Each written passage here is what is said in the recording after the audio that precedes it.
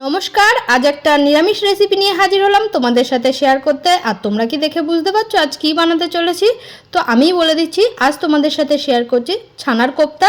তো তার জন্য আমি এখানে 1 লিটার দুধ নিয়ে নিয়েছি, আর দুধটা ভালো করে ফুটিয়ে নিয়ে তাতে দিয়ে দিলাম গোটা একটা পাতিলেবুর রস। আর রসটা দেওয়ার পরে দুধটা জাল দিতে লাগবে আর ভালো করে নাড়তে লাগবো। তো দেখো দুধ থেকে ছানাটা বেরিয়ে এসেছে এবং জলটা আলাদা হয়ে গেছে। তো ছানাটাকে ভালো করে সেঁকে নিয়ে একটা শুকনো ন্যাকড়ার উপরে ভালো করে ধুয়ে নিয়ে জল ঝরিয়ে নিয়েছি। এবার ছানাটাকে হাতের সাহায্যে খুব ভালো করে মেখে নেব, যাতে ছানার মধ্যে কোনো গোটা গোটা ভাব না থাকে।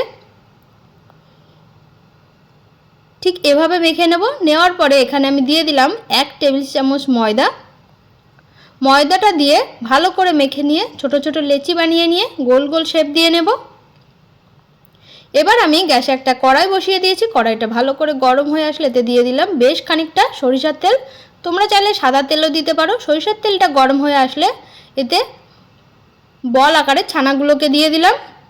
এপিট ওপিট ভালো করে লাল লাল করে ভেজে নিয়ে তুলে নেব।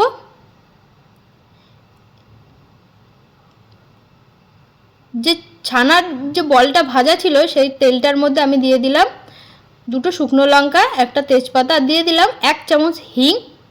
এবার আমি এর মধ্যে দিয়ে দিলাম আদা রসুন বাটা, কাঁচা লঙ্কা আর টমেটো একসাথে একটা পেস্ট, সেটাই দিয়ে দিলাম।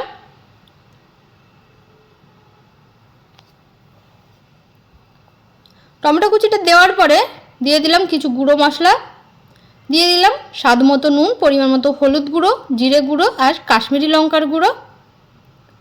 সামান্য পরিমাণ জল দিয়ে মশলাটাকে ভালো করে কষিয়ে নেব। এবার এর মধ্যে আমি দিয়ে দিলাম পোস্ত আর চালমগজ বাটা। পোস্ত আর চালমগজটা দিয়ে ভালো করে মশলাটাকে কষিয়ে নিয়ে দিয়ে দিলাম সামান্য পরিমাণে জল। সামান্য পরিমাণে বলতে যতটা আর কি লাগে সেই পরিমাণ মতোই দেবে। তো জলটা ভালো করে ফুটে আসলে এর মধ্যে ভেজে রাখা ছানার বলগুলোকে দিয়ে দিলাম।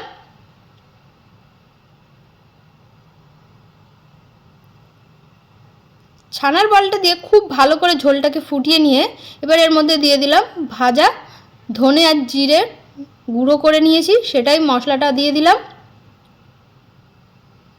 দিয়ে দিলাম 1 চামচ মতো গরম মশলার গুঁড়ো আর একটু কাসৌরি মেথি ভালো করে হাতের মধ্যে করে ভেঙে নিয়ে দিয়ে দিলাম। সবশেষে দিয়ে দিলাম 1 চামচ ঘি। তো তৈরি হয়ে গেল ছানার কোপ্তা। খেতে কিন্তু দারুণ হয়েছিল। অবশ্যই তোমরা বাড়িতে একবার ট্রাই করো। দেখা হচ্ছে অন্য কোনো দিন।